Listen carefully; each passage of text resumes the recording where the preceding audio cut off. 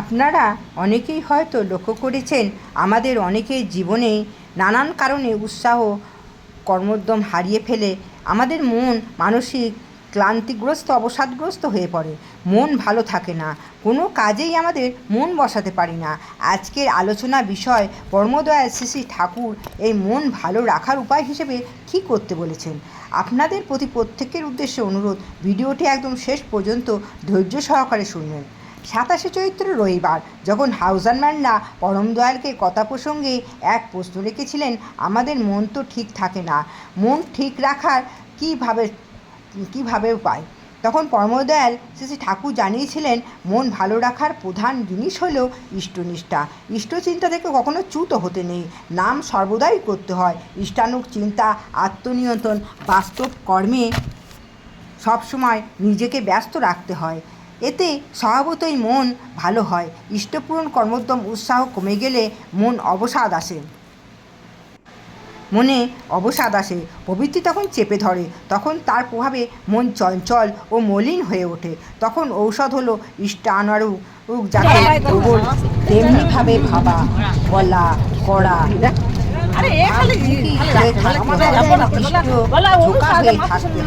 এমন কতগুলি কথা মনের মধ্যে আওড়াতে হয়, গুনগুন করে এমন কতগুলি গান গাইতে হয় যাতে মন চাঙ্গা হয়ে যাচ্ছি আমরা। আর মন ঠিক রাখার একটা মস্ত উপায় হলো আলোচনা প্রসঙ্গে পৃষ্ঠা করছি আমরা। শ্রাবণ পরিক্রমা গ্রামের ভিতর দিয়ে চলেছি। দেখো পরে দেখাবো তোমাদের ঝাউ গাছ আছে, দেখবো পরে অনেক ঝাউ গাছ আছে, ভেতরে যেতে হয়, ভেতরে গিয়ে গিয়ে লাস্টে ভেতরে গিয়ে সেইখানে ওরে বাবা যাকে হ্যাঁ চলুন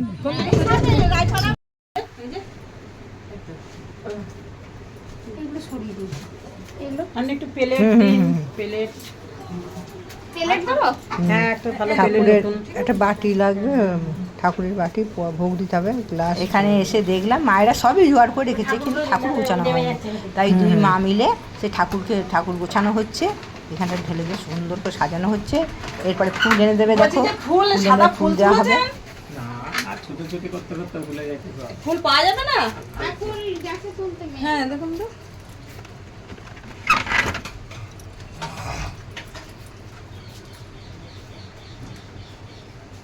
ঠাকুরকে মাঝখানে বসে এই যে পেলে হচ্ছে না তো, ক্রাচে করে দিলে বড় মাকে যদি ক্রাচে করে দেওয়া হয় নাকি।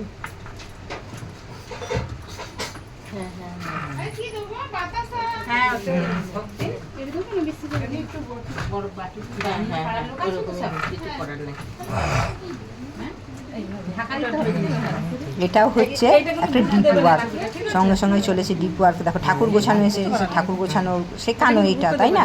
ডিপ ওয়ার্ক একটা দিলে ভালোই সাজিয়েছে, দেখো ভালোই সাজিয়ে, দেখো তুমি দেখো সুন্দর সাজানো হয়েছে। ফুলটা দিলে দেখতে হবে না, দেখো এই মায়ের প্রাণতার ব্যাপারটা তো আছে, দেখো হ্যাঁ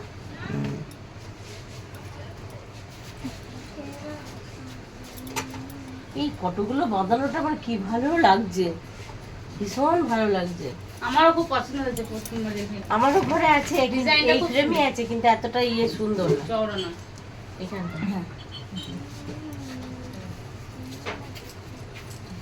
এবার ভোগগুলো নিচে এই খবর এটা প্রণামী নিয়ে, হ্যাঁ দাঁড়া এই ভোগগুলো এই দিয়ে আমরা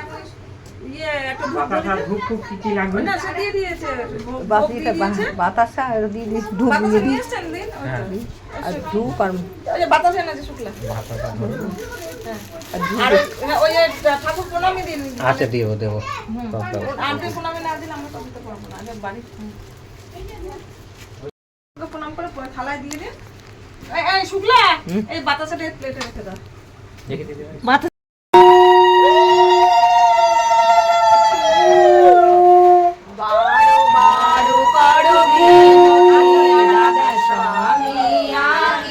দয়া করুণা তামিরে চিত চরণ লাগে জনম জনম রহি ভুল মে নাহি পায়া ভেদা। তাহলে আবার পিছিয়ে পড়ো, অনুভব করো কিন্তু অভিভূত হয়ে পড়ো না, তাহলে বলতে পারবে না। যদি অভিভূত হতে পারে তো ঈশ্বরকে যত পারো সেবা করো, কিন্তু সাবধান সেবা নিতে যেন ইচ্ছা না হয়। অনুভব করো কিন্তু কিছু করতে দিও না, কখনো নিন্দা করো না কিন্তু অসত্যের প্রশ্রয় দিও না। বীর হও তাই বলে আলসে বিপ্রস্তুতি হয়ে ফেলো না, ক্ষিপ্র হও কিন্তু অধিক হয়ে বিরক্তকে ডেকে এনে সব নষ্ট করে ফেলো না। বীর হও কিন্তু সিংহ হয়ে বাঘালে সেজে বসো না। ক্ষিপ্র হও কিন্তু ঘোরা হও না, তুমি নিজে সহ্য করো কিন্তু যে পারে না তাকে সাহায্য করো। ঘৃণা করো না, সহানুভূতি দেখাও, সাহস দাও। নিজেকে নিজের প্রশংসা থেকে প্রশংসা নেই কিন্তু অপরের দাতা হও। যার কোনো সত্য হচ্ছে আগে তাকে আলিঙ্গন করো। নিজের বাড়িতে দুজনে নিমন্ত্রণ করো, ডালা বাঁধা এবং হৃদয় থেকে বাক্যলাভ না করা পর্যন্ত অন্যটাকে শুয়ে তার মঙ্গলের জন্য পরম পিতার কাছে প্রার্থনা করো। কেননা বিয়ে দেবে জমে তুমি সংশোধনকে করবার সব কোথায় পাও। যদি কেউ তোমার অন্যায় ও কখনো অন্যায় করে আর একান্তই তার প্রতিশোধ নিতে হয়, তবে তুমি তার সঙ্গে এমনতর ব্যবহার করো, তার সঙ্গে এমন ব্যবহার করো যাতে সে অনুতাপ হয়, এমনতর প্রতিশোধ আনবে। অনুতাপ তুলনায় তাতে উভয়ই মরবে। বন্ধু খারিজ করো না কিন্তু তাহলে শান্তিতে সমবেদনার সান্ত্বনা পাবে না। জয় পরমপ্রেম শ্রী ঠাকুরের নারী নীতি গ্রন্থ। কুমারী মেয়েদের পিতার অনুরক্তি থাকা, তাহার সেবা ও সাহচর্য করা, তাহার সহিত আলাপ ও আলোচনা করা উন্নতির প্রথম ও পুষ্ট সোপান। মানে সংখ্যা জয় দে রে উলুধ্বনি দে রে তোরা, জয় উদ্ধনি দে শঙ্খধ্বনি দে রে তোরা, জয় উদ্ধনি দে সৎসঙ্গের নামে তোরা জয় দে রে, তোরা জয় দে জয় দে জয় দে রে পরমেশ্বর নামে জয় দে রে তোরা, জয় উদ্ধনি দে শঙ্খধ্বনি দে রে তোরা, জয় উদ্ধনি দে সৎসঙ্গের নামে তোরা জয় দে রে, তোরা জয় দে জয় দে জয় দে রে পরম পিতার নামে জয় দে রে। আমার বড় মায়ের ডাকে বিশ্ব জগৎ জাগে, তোমার কৃপায় নেই তো তুলনা। মা লক্ষ্মী মা জগৎ জননী মা, মা লক্ষ্মী মা জগৎ জননী মা। লাল পেরে রাধা বসন অঙ্গে শোভা পায় দিব্য রূপে, উজান ছটায় দীপ্ত বিশ্বময়। লাল পেরে সাদা বসন অঙ্গে শোভা পায় দিব্য রূপে, উজান ছটায় দীপ্ত বিশ্বময়। চন্দ্র সূর্য যেমন ছড়ায় জ্যোতি কিরণ, চন্দ্র সূর্য যেমন ছড়ায় জ্যোতি কিরণ, তারাও করে আরাধনা। মা লক্ষ্মী মা বড় মা, মা লক্ষ্মী মা।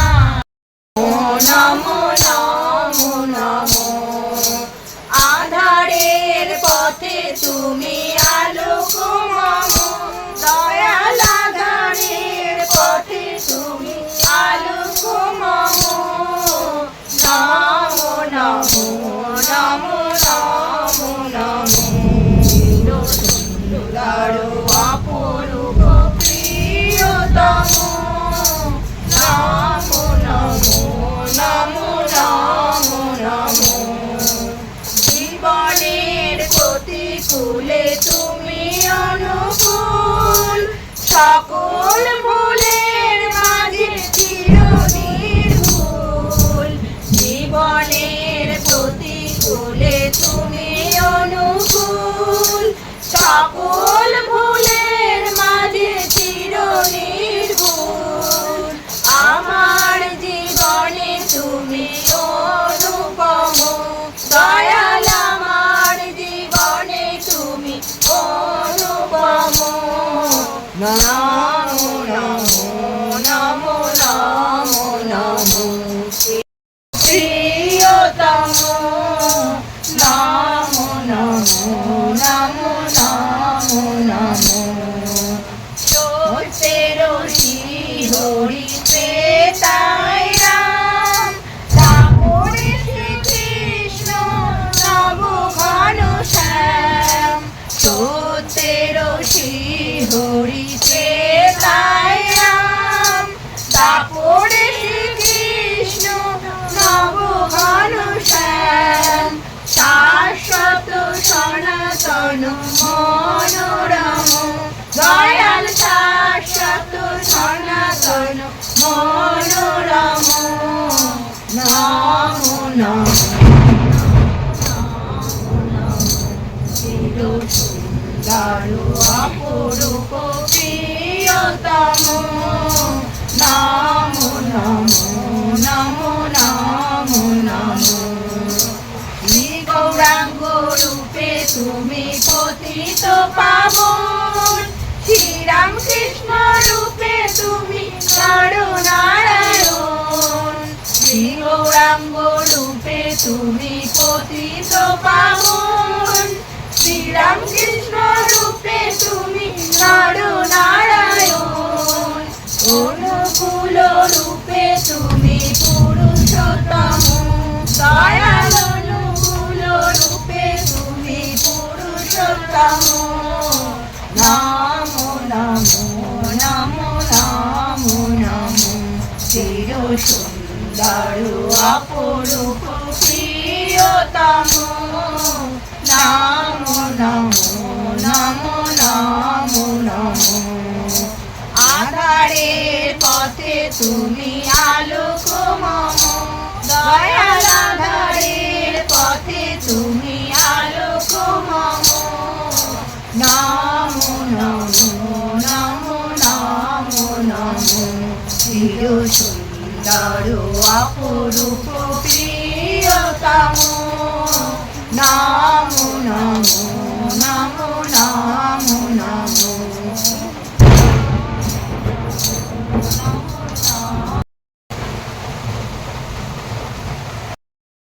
যাই দয়াল ঠাকুর, প্রেম আনন্দে বাহু তুলে গাই গোড়া দানাম। ও গুরু ভাই দেও ঘরে যাই দয়াল ঠাকুর, প্রেম আনন্দে বাহু তুলে গাই গোড়া দানাম। রাধা নামে কি মহিমা জানে শুধু শ্যাম, রাধা নামে কি মহিমা জানে শুধু শ্যাম। দিবানিশি বাঁশির সুরে গাইছে রাধা নাম। ও গুরু ভাই দেও ঘরে যাই দয়াল ঠাকুর, প্রেম আনন্দে বাহু তুলে গাই রাধা নাম। দয়াল ঠাকুরে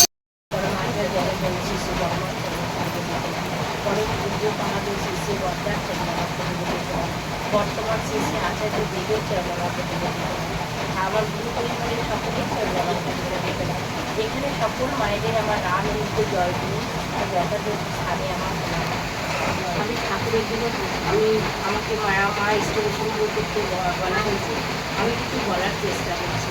এই বাড়িতে হঠাৎ করে এলাম, এসে মানে খুব সুন্দরভাবে মায়েদের খুব আকুলতা, মায়েদের খুব ব্যবস্থা, মানে সঙ্গে সঙ্গে ফুল ফুল এনে খুব সুন্দর করে ঠাকুরকে সাজিয়ে ঠাকুরকে পাতা হয়ে গেল। হ্যাঁ, ঠাকুরের মানে ভোগ সমস্ত কিছু মানে খুব মানে মিনিটের মধ্যে সব কিছু সুন্দরভাবে সব সাজানো বা গুছানো পরিপাটি সব হয়ে গেল। খুব ভালো লাগলো, এই মায়ের বাড়িতে এসে খুব আনন্দ লাগলো।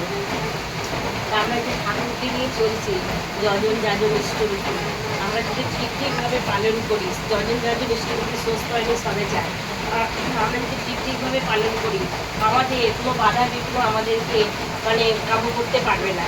আমাদের ইষ্টভূতি হচ্ছে মহাযজ্ঞ, হ্যাঁ, এটা হচ্ছে আমাদের রক্ষা কবচ। আমাদের যদি ইষ্ট যদি ঠিকঠাকভাবে ভরা হয়, আমাদের যত বড় বিপদ আসুক আর আপদ আসুক, আমাদের কেউ টলাতে পারবে না। আমাদের ঠাকুর, আমাদের মা দেবী একটা হাতে মানে গঙ্গায় কোনো জলে মানে যদি একটা নৌকো বাঁধা থাকে, সেই নৌকা যতই ঝড় আসুক, যতই জলের মানে ঝাপটা দিক, তাকে তলিয়ে নিয়ে যেতে পারবে না।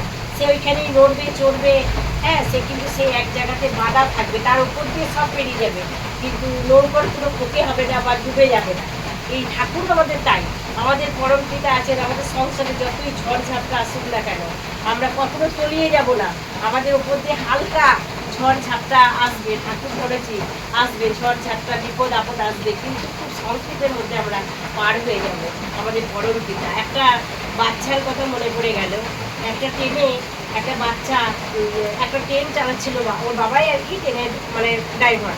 তা বাচ্চা ছোট্ট একটা মানে দূরের মতো বাচ্চা, সে প্রত্যেকদিন ওর বাবা ট্রেনে 6টায় ওঠে আর মানে ওকে স্কুলে নামিয়ে দেয়, আবার ওর স্কুল সেরে আবার ওর বাবা ট্রেনেতে ওঠে। তা সেদিনকে ট্রেনটা উল্টে যাচ্ছে, আর যত মানে লোক প্যাসেঞ্জার সব হুড় করে নেমে পড়ছে, উল্টে যাচ্ছে ট্রেনটা। তা ওই বাচ্চাকে তখন ট্রেনটাই উঠছে, চলো এই বাচ্চা, এই ট্রেনটা দেখছিস না উল্টে যাচ্ছে আর তুই ওই ট্রেনটা চাপছিস? বলছে না, আমার বাবা আছে, এই ট্রেনটা আমার বাবা চালাচ্ছে। আমি যখন আমার বাবা যখন দেখবে যে ট্রেনে আমি চেপেছি, আমার বাবার উল্টাতেই পারবে না। তেমনি আমাদের ঠাকুর, আমাদের যত বড়ই ঝড়ঝাপটা আসুক, আমাদের ঠাকুর আছে, আমাদেরকে কেউ কখনো টলাতে বা উল্টাতে পারবে না। তাই একটা আর আমাদের জগৎজনী বড় মায়ের তো মানে মানে অসীম করুণা, অসীম মানে উনি ধরুনি গুছানি সব দিকে মানে সুন্দর পরিপাটি। আমাদের বড় মা, আমরা সকলে মিলে সকল মা মিলে বড় মার মতো হতে চাই। হ্যাঁ, বড় মার মতো হওয়ার চেষ্টা করছি, কতটা হয়েছি কতটা হতে পেরেছি জানি না। আমরা বড় মার মতো হয়ে উঠতে চাই। আমাদের স্বামীরা যদি বলে, স্বামী যদি বলে যে আজকে এটা করে দাও, আমরা কখনো এই যে বাড়তি সম্মেলন করি, আমাদের একটাই ভুল যে না, আমার বড় মা যে স্বামীর আদেশ নির্দেশ সবসময় পালন করেছে, মেনে চলেছে, আমাদের খুব করতে হবে। আমরা পারবো না বললে হবে না। এত পায়ের যন্ত্রণা স্বামী, আমার শরীর খুব ক্লান্ত থাকে, সুগার প্রেশার কোলেস্ট্রল কি না নেই, তবু চেষ্টা করি না, স্বামীর কষ্ট হচ্ছে, আমাকে তেল মালিশ করে দিতেই হবে। আমার স্বামী এটা খাবো বলেছে, আমি বড় মায়ের সন্তান, আমি যদি আমার স্বামীকে না করে দিই আমার বড় মা কষ্ট পাবে। আমি বড় মায়ের সন্তান, আমাকে করতেই হবে। আমরা সবসময় চেষ্টা করি সংসারে। আরেকটা কথা আমার মনে পড়ে গেল ঠাকুরের, তা একটা পিতার দুটি সন্তান, তা দুটো সন্তানই মানে একা বোকা, ভালো না, মানে খুব একটা চালাক চম্বা না। সন্তান যদি বাবার খুব চিন্তা যে আমার এত সম্পত্তি, বিষয় সম্পত্তি, আমার ছেলেরা কি করে মানুষ হবে, আমার এই এত বিষয় সম্পত্তি কি করে আগলে রাখবে। তা ছেলেদেরকে বললো, বাবারা আমি একটু বাইরে যাব, তা আমার এই বিষয় সম্পত্তি তোমরা আগলে রাখবে, তোমরা ঠিকভাবে রেখো। বললো আচ্ছা বাবা। বাবা কোথাও গেলেন না, বাবা পাশের বাড়িতে, পাশে আর কি পাড়ায় থাকবে। দিয়ে কদিন থাকার পরে একটি পত্র দিয়ে দুটি ছেলেকে দুটি পত্র লিখলেন যে বাবা এই চিঠিতে আমি এই চিঠি পাঠালাম, এই যে জিনিস তোমাদেরকে দিলাম, এই জিনিসের খুব মূল্য, এই বীজ পাঠালাম তোমাদেরকে, এই বীজ খুব যত্ন করে রেখো, আমি গিয়ে দেখবো। আচ্ছা, বড় ছেলে এই বীজ এলো, যত্ন করে রাখবে। ছোট ছেলেকেও সে একই লেখা, এই বীজ পাঠালাম বাবা, এই বীজ খুব যত্ন সহকারে রাখবে, আমি গিয়ে দেখবো।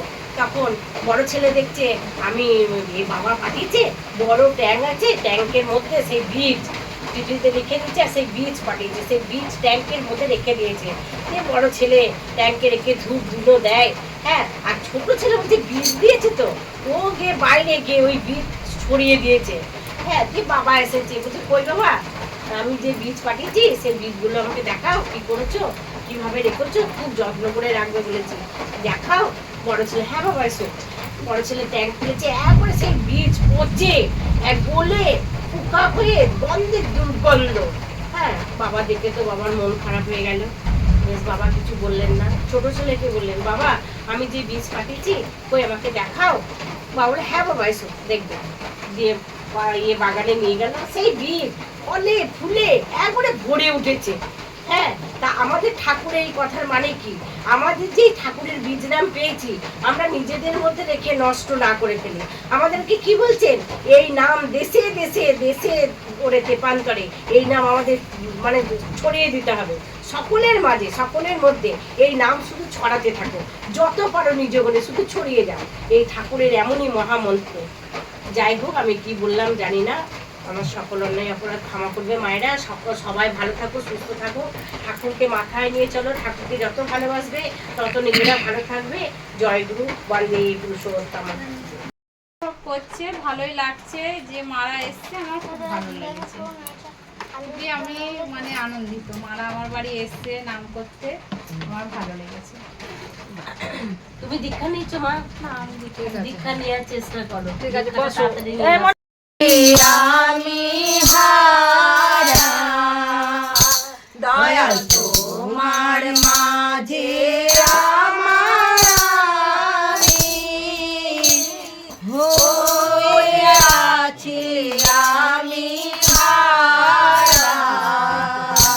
ওরে ওরে আমার সবার সাথী, ওরে ওরে আমার সবার সাথী, তুমি সব সারাতে দাও সারা, তুমি সব সারাতে দাও সারা। হয়ে আছি আমি হারা দয়াল তোমার মাঝে আমার আমি হয়ে আছি আমি হারা।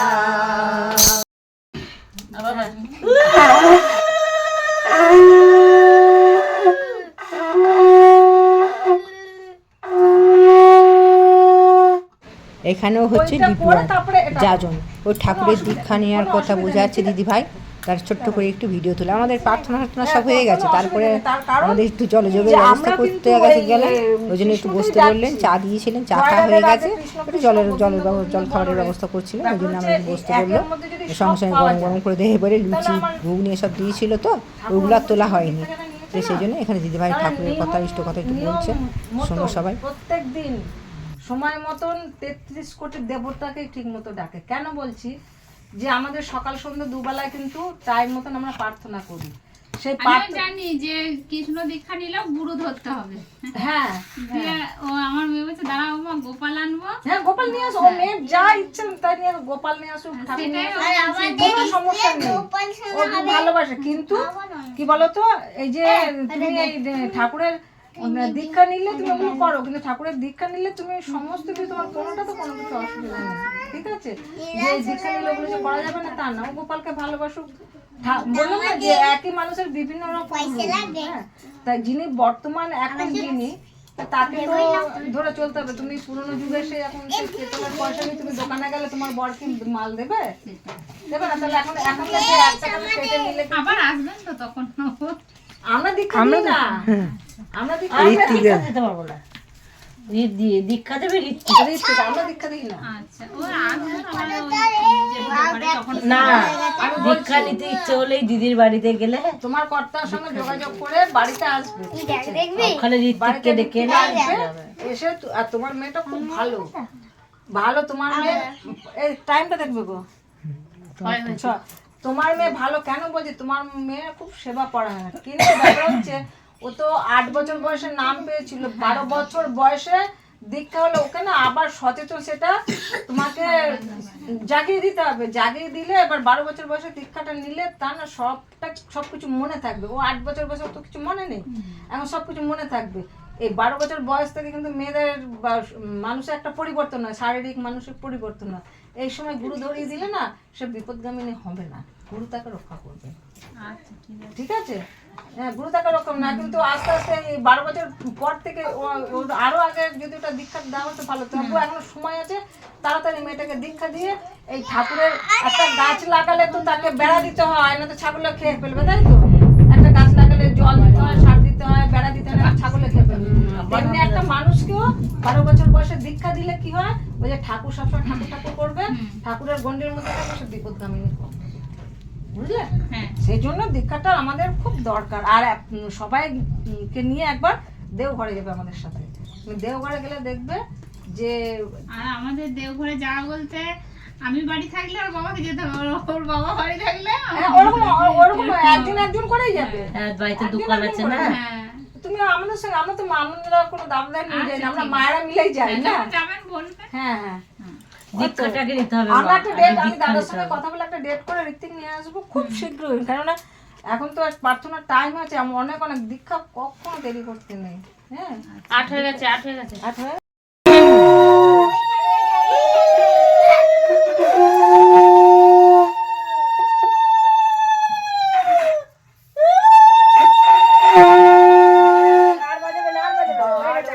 আরো করো বিনতি রাধা স্বামী